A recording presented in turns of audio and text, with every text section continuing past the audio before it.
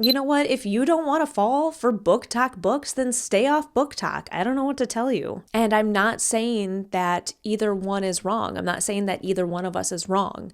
But one of us is. Well, hello, my beautiful reader friends, and welcome back, or welcome for the first time if you are new here. My name is Lori Beth, and welcome to my little corner of the internet where I get into all of the bookish small talk. So I am very excited to do today's video, and a little bit nervous as well. And I'm not gonna lie, this is a video that I actually did last year, but I thought that this would be a fun repeat video to do probably on an annual basis. I don't know, TBD on that, but it is reading 1-star reviews of my 5-star reads. So this time I'm going to specifically do it for the 5-star reads that I had in 2024. So when I was looking at my 5-star reads from last year, it appears that I had 15 5 stars last year, and that was kind of shocking to me. I don't know why I didn't realize it was that many. But what I think we're gonna do for today's video is only go through some of them. Some of these are repeat authors because some of the books on here are part of a series, and some of them are repeats just because I very clearly like this author and I've read multiple books by them. So I am going to filter it just for one book per author, so that's gonna limit our list a little bit. I'm going to start by grabbing a book and then pulling it up on Goodreads and filtering Goodreads for 1-star reviews and just kind of start scrolling and picking some reviews to read at random. And I honestly don't know if my ego is ready for this. This is quite humbling. I remember it from last time. To go out there and just like read trash talk basically about the things that mean the most to you, my books. It's not an easy thing to do, but that's what makes this video somewhat entertaining. And speaking of entertaining, I would like to take a minute to thank the partner of today's video, which is Novelwicks Candles. So Novelwicks is a small business run by a woman named Murphy who creates the most delicious hand-poured media candles you have ever seen. These candles can range from your favorite movie to your favorite TV show to your favorite book and everything in between, and I promise you there is something for everybody on her site. You've noticed by now that I have Novelwicks candles burning at all times around me during my videos, and I am so obsessed not just with the scents of these candles, but the beautiful graphics that are included on them that make them so perfect to display in my home. So Murphy releases new candles on a weekly basis, and you can check her Instagram or my Instagram for teasers of what is going to be coming out each week. And for the month of February, she is releasing her Pride and Prejudice line and Coho and Favorite Bookmen. You don't want to miss these Pride and Prejudice candles. They are just chef's kiss. Go ahead and check out that website link down below and use my code Lori10 to get yourself a discount on anything for sale in the shop.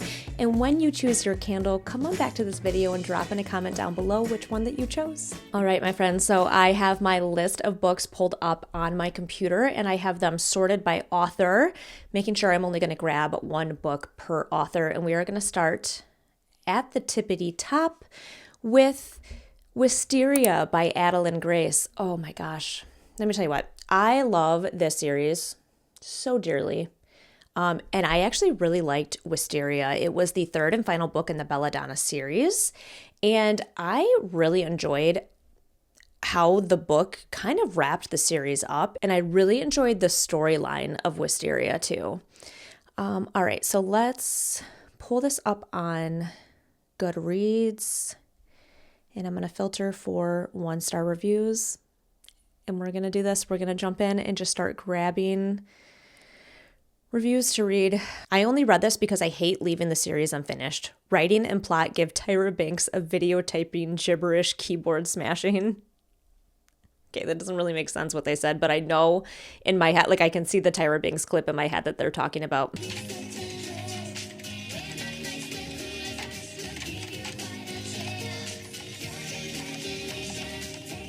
Plot hole after plot hole with a terrible ending.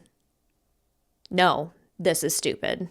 Okay. Well, I mean, if you're going to leave a bad comment, like a bad review on something, at least give some context. Like, why didn't you like it? That's it. It's stupid. I waited for this for so long, and no, just no. What on earth happened to this trilogy, especially the second half of this book? Okay, well, here's the thing is I really just enjoyed this storyline. And when I covered this book in a wrap-up video, I think I mentioned that it was borderline better for me than just the original Belladonna book, but I couldn't quite go there. I'm not saying it is. I'm just saying I liked it pretty much just the same. And I don't know. I kind of liked having a different character, like delving into them and their storyline. And I thought it was kind of sweet and charming how it ended. But I guess a lot of people didn't like how this series wrapped up. That's kind of a shame. All right, moving on to our next book, Check-in Mate by Ali Hazelwood. I loved this book so much. Clearly, I'm going to keep saying that. These are obviously books that I loved because they were my 5-star reads from last year. Duh. This book has a special place in my heart. And I don't know if it's because it was Ali Hazelwood's young adult novel. There was something so the same but so different about it. It's hard to explain. If you read it, you probably know what I mean by that. But man, I love this book so much. We're gonna filter on 1-star reviews. A millennial writing fan fiction about Gen Z. Well, I mean, they were Gen Z characters, but I don't think she came off as like super millennial sounding. I am offended by that as an older millennial. YA now stands for Yawns Anonymous, and I've never been more tempted to join a support group. LOL. I don't even understand what you're saying by that. Oh my gosh. Everyone was insufferable. I actually think that most of the characters in this book I really connected with and really enjoyed. I think that's what I liked about it, that there was so many characters in this story that I really liked. Respectfully, Ali Hazelwood, find a new editor. All the characters were insufferable. Didn't like the FMC or the MMC. Zero emotional bonding, zero chemistry between the characters. Did we read the same book? As a reader, I expect some type of emotions the character portraying for me to understand how they feel in the particular situation. Just throwing words around the book will not help with that. The whole book was a roller coaster. Something or the other was happening in it. Everything about it was so incomplete. The romance felt incomplete. The ending felt incomplete. The trauma both characters had due to their family felt incomplete. I am sorry, but no. Man, is it just wild that when you're reading the opposite of the rating system from what you've rated a book, that the thoughts and feelings are just completely opposite of what you had? I didn't feel any of that when I read this book. In fact, I felt so connected to all of the characters.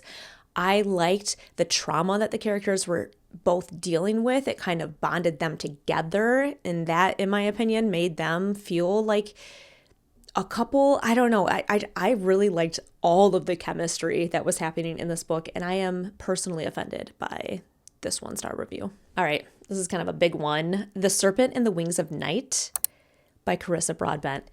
I have talked about this book just endlessly, and how I really enjoy Carissa Broadbent's writing. She has a very, and I just keep comparing her to SJM because that's what it makes me think of. If you're not an SJM fan, I would still recommend trying Carissa Broadbent because she's just a very good fantasy author, in my opinion. I don't want to over explain it, and I don't want to freak people out by comparing her to another author. That's just my personal thoughts and feelings on it. I'm not saying that her books are just like, ACOTAR or anything like that, but I really love them. I truly love them. Obviously, I rated it 5 stars. All right, we're gonna pull this up. Filter by 1 star. Book Talk, you're on your last warning. That's fair. I mean, you got to admit that not all viral books land for everybody, and I can understand that. I've definitely fallen into a viral book trap before. Book Talk will look you dead in the eyes and lie to you. Why? Okay. You know what? If you don't want to fall for Book Talk books, then stay off Book Talk. I don't know what to tell you. The title sounds like someone did a drunk Mad Libs of romanticises, and the rest of the book is not much better. Ouch. That's rough. I'm not going to lie. I do think that titles for romanticises are getting kind of out of control these days, and also really hard to remember. Like, I have a really hard time remembering the sequence of words in a book title. It's generic and boring and way too long. Nothing really makes sense, and spice is bland. don't recommend reading this. Yeah, I don't find it generic in any sense of the word. I actually thought that this series, this book, took a lot of my favorite fantasy tropes and kind of intertwined them in a very entertaining way for me. Like, I couldn't put this book down. I just love all these comments on spice too, because it's either too much, it's not enough. You're never going to make people happy with the amount of spice or no spice that you have in your book. I think you just need to do you. If you're an author, like, you're damned if you do, damned if you don't. So I apologize to all the authors out there on behalf of readers everywhere. Alrighty, so moving on, we're gonna do a discovery of witches. So I read the whole series in 2024, but we're just gonna pick one book because we don't need to read 1-star reviews on every single book in the series that I adored. That would probably just rip me apart. All right, Discovery of Witches, filter on 1-star reviews. Wow, I can't even get over how old some of these reviews are. Nope, this was just not for me. Sad face. Well, I guess it sucks to suck. One of the most terrible books I've ever read. Only the satisfaction of giving it 1 star made me finish it. I have won the battle. It sounds like you wake up and choose violence quite often. That's what that review sounds like to me. Wow, this is a Twilight-esque romance that deludes itself into thinking it is a great work of historical fantasy literature. The magical book and magical creatures element is a mere flimsy front to Diana and Matthew's dull as cardboard yet still somehow a whirlwind romance. Because reading about taking yoga classes together, what they cook for one another, and the rare wines they share with one another really adds to the characterization and plot. I read 200 pages and then stopped because I could see where this series was going, and I felt no need to continue on with that train. Probably on 10 different occasions, I have compared this book to Twilight and Outlander. That's like how I always describe it. And I don't mean Twilight in like a cheesy YA way. This is very much an adult fantasy book, and it is much denser. Deborah Harkness herself kind of writes like a historian, and that comes through in her writing, at least it does to me, and it made me appreciate it more. It felt a little slower paced than I was used to, but in a very good way. So if that is not your jam, then yeah, you probably won't like the series. If you don't really like reading about vampires and witches, you're probably not going to like the series either. So I don't know. Okay, we're moving on to a big one. This one might hurt. This one I think is going to sting. The Secret History by Donna Tartt. Basically my entire personality. That's what this book is. That's what this book is to me. The one and only Donna Tartt I've ever read, which hopefully that will be changing this year, but we're gonna go ahead and pull this bad boy up. Okay. To be honest, if I wanted the thoughts of a bunch of classist elitists who know dead classic languages, I'd just have dinner with my family. Your family actually sounds quite intriguing, if I do say so myself. Maybe I should have dinner with your family. That sounds like a good time. The real tragedy here is that I am now dumber for having read this book. Henry Winter, good sir, I could never hate you. No further comments. I don't even... How does reading Donna Tartt equate to making you dumber? That is absolutely untrue. This started out well, but that beginning is a con. This book is utter trash. I can't even believe how bad it gets. I feel like my heart is racing. Again, this is a dense book. It is. It's dense. It's detailed.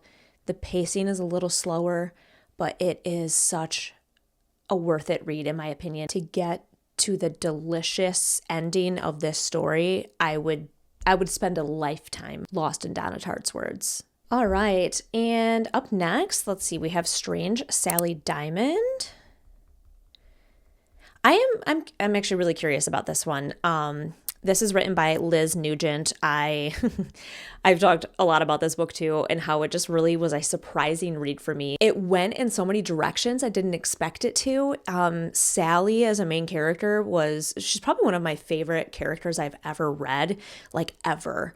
That's how much I loved her in this book. And really, Liz Nugent, I think, is kind of a brilliant writer. But let's see what other people have to say. Wish I never read this novel. The ending and this book? Well, I mean, I guess you are giving your honest opinion. This is the worst book I have read/listened to in years. While initially the honesty of the main character was interesting and a bit funny, there were few redeeming qualities within these pages. Did we read the same book? Did we read the same book? Because the main character that I experienced from this story changed so immensely from the start of the book to the end of the book. That was the entire plot. Like, that was the whole point. Of course, there was a lot of other things happening in the story, but I am sorry, my friend, I wholeheartedly disagree with that. All right, next. This one is not, it's not going to be, I don't think it's going to be that surprising what people are going to say about it, because I have seen a lot of people talk about this book, and that is Alone with You in the Ether by Olivia Blake, and a book that I have just talked endlessly about. But again, I have seen a lot of very personal thoughts and opinions on this already, so I kind of already know where this is going to go, but let's filter on 1 star and just kind of crack on. It was so bad I want to give you a 0, but that's not possible, so I give you a 1. Okay, that's fair. Now, which of you MFs convinced 48,000 people to read this god-awful, corny-ass, pretentious-ass, fake, deep, try-hard, surface-level, no purpose, no plot, no development, stupid-ass book, and how do I seek compensation? That was a story.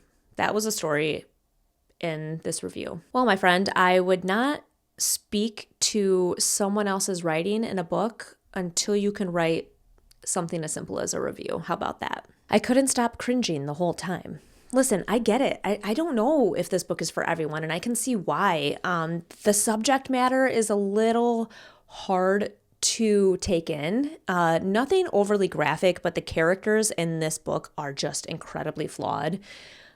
They kind of feed off of each other and instigate each other, but I've described this as a woman in her mid-30s, almost a look back at some younger parts of my life and kind of having an appreciation for them being further removed. So maybe this is a time and place book, maybe that's what it is for people. The time and place I read it in was absolutely perfect. It brought something to my life. Maybe if you were a little closer to some situations like that happening, but again, it might not be for everybody, and I can fully admit that out loud. Okay, and I'm actually very curious about this one to see what people are going to say, because, well, I don't know. I guess I keep thinking this, like, how could anybody rate these books 1 star? But here we are. I'm just like constantly surprised by humanity.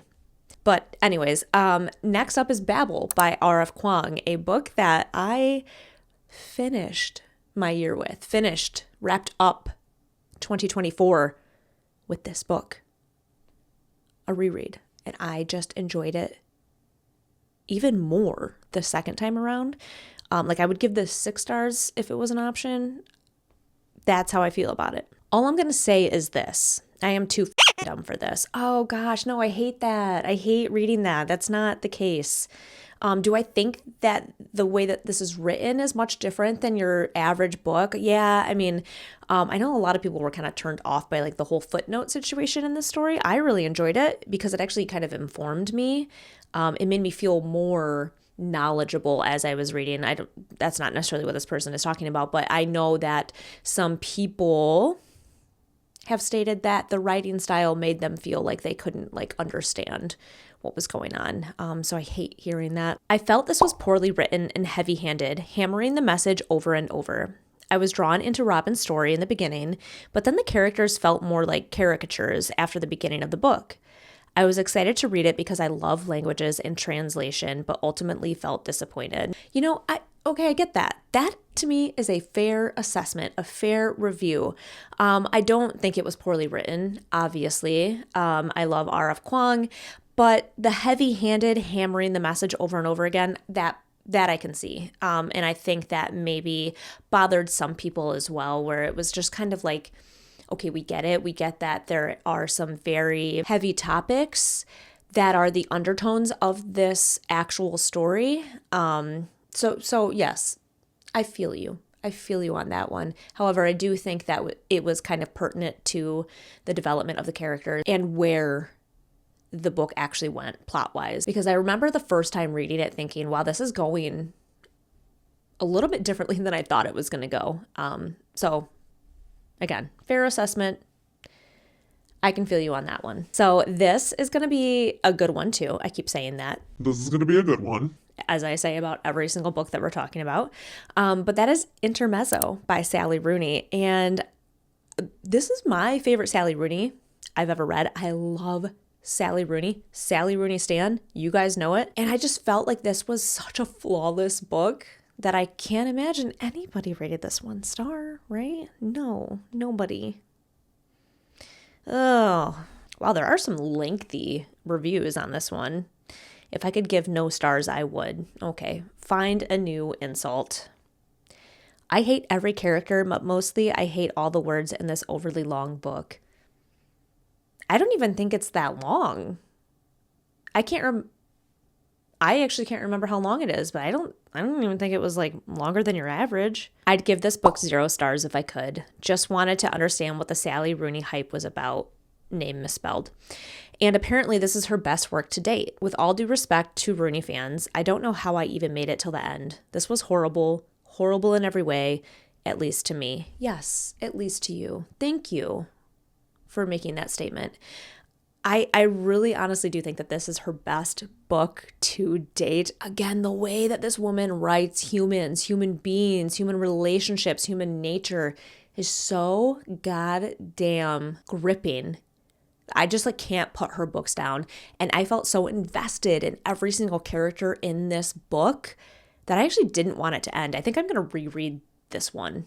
That's how much I enjoyed it. I really do stand by this being her best book. All right, hang in there with me, friends, because we only have a few more to go over. And these are some of my biggest authors. So I feel like these are going to sting. They all sting. I don't know why I keep saying these things. This one's going to hurt worse than the others. These are all my babies. But I do have 2 on here from Sarah J. Maas. So I'm going to pick one. And I'm going to pick Kingdom of Ash. I guess I'm a masochist because the other option on here is House of Flame and Shadow. And we know internet that people were upset with that book. I get it. Tired of hearing about it. Kingdom of Ash though, ooh, man, this is kind of like an oldie but a goodie at this point in time. And I never really, because I read it so late after it was published, I don't think I was in the frenzy when a book comes out and people are just very loud and clear about how they feel about their books. I'm not one of them. So this will be a good one to kind of go back and read. Yikes that cover. Yikes this book. I'm not ready for more bullshit from Aylin. Then why did you read this far? Why did you spend so much time in this series? It's not like it's a 3-book series. It is so loathsome. I want to give you a 0, but that's not possible, so I give you a 1. This is the longest book I've read and the one that took me the most to read. War is over. Please someone give me back the 7 months I spent on this book. I mean, whose fault is that if you took that long to read it? Don't get mad at everybody else. I did it. I survived this hellscape. I don't know how. I might have shaved off about 15 years of my life getting through 980 pages in about a week and a half so I could get the book back to the library. But I did it. But my God, at what cost? I'm not even sure where to start with this steaming pile of garbage. It was nearly 1,000 pages and hardly anything of note really happened. It was filled with filler nonsense and ridiculous internal feuds that were not only pointless, but made absolutely no sense to even exist, especially with this world-ending war on, just to fill pages. And anything of note that did happen was so sloppily handled that I wanted to scream. I find having a completely opposite opinion than mine so eye-opening, right? Isn't that kind of the point of doing this? But I just felt so different, the complete opposite. I felt like this book was packed of things happening. It was such a long series that this book being the largest of the series, if you've read this, then you know what I'm saying. It kind of breaks off and you get to know so many characters in this world and there's so many storylines. It kind of needed to meld back together and finally get to that final climax of the entire series. And I just thought Kingdom of Ash was it. Like, it was it for me. It changed my brain chemistry. It is one of my favorite books I've ever read, and I didn't even feel like I was reading a 1,000-page book. So that's why it's so funny to me to see a completely opposite opinion on the story than me. And I'm not saying that either one is wrong. I'm not saying that either one of us is wrong, but one of us is. And that someone probably does not have red hair and bangs. Just saying. All right, friends, so we have made it to the last and final book on our list, and another book from a series and another author that I just beyond adore. And I think we're going to go with the first book in the series because we just did the last one of the last series. So let's do the first one, the first book that just like stuck with me, and that is A Darker Shade of Magic by V.E. Schwab. I have this listed as 5 stars on my Goodreads. I'm going to pull up the other reviews. We're going to filter on one. And Lori Beth is about to get her heart crushed into 1,000 tiny little pieces. Okay. Dramatic. If things like plot, character development, and non-cheesy dialogue are important to you, I would avoid this book. Get out of here. Get out of here. Oh my gosh. I may be the only one on Goodreads who didn't like this one, but dear God, I didn't enjoy one page of that book. I was so excited to read it though. You'd be surprised, actually. You're not. There's a whole list of 1-star reviews on this book that I'm looking at right now. Unoriginal and absolutely mediocre writing. Lost count of the number of recaps that occurred. Every character is one-dimensional and the dialogue is painfully stilted. Book was so bad that I abandoned the final pages because the characters held zero interest. Kept hoping something would develop, but this is an everything works out fairy tale. No real originality here. Well, my friend, if you didn't already state that you missed out on the final pages of the book, I would be even more confused by your review. But you stated that you didn't finish it and that this is an everything works out fairy tale, which is quite literally the opposite. That is not how this book ends, and it's not where the entire series goes. There's an entire series for a reason, because things don't just happily ever after in the very first book. Also, to call V.E. Schwab a mediocre author, like her writing is subpar, those are fighting words. I will fight you on the fact that V.E. Schwab is one of our time's best fantasy authors, and I will not hear otherwise. I'm sorry, I just won't. Funny how I've gone through this entire list, and I feel like I've been quite contained for most of this time, and this one is really like getting me all fired up. I just can't stand for that. I'm so sorry. Well, there you have it, my friends. Those are some 1-star reviews of my 5-star reads from 2024. Will I continue to do this video every year? I don't know, TBD on that, because it is, it gets me a little fired up, gets me a little angry to see that people out there very much hate the things that I love. But I do think, regardless, it is good sometimes to open our own eyes and remember that reading is completely subjective, and that just because Book Talk or a 5-star review told you to read a book doesn't mean that you are going to like that book. With that being said, I would love to know if you have read any of the books that we talked about in today's video. What were your thoughts and opinions on these books? Do you have any 1-star reviews for my 5-star books? Just do it. Just drop it in a comment down below. Tell me, I can handle it. It's fine. What's one more 1-star review at this point in time anyways? I would also like to thank Novelwicks for partnering with me on today's video. And don't forget that you can use my code Lori10 to get a discount on anything in the shop. Check out that website link down below. And don't forget to check out Instagram on a weekly basis for the sneak peek of this week's release. And if you liked this video, go ahead and hit that thumbs up button because it always helps a girl out. And if you want to make sure you don't miss any of my other upcoming videos, go ahead and hit that subscribe button too. As always, it has been an absolute blast, and I can't wait to see you in the next one.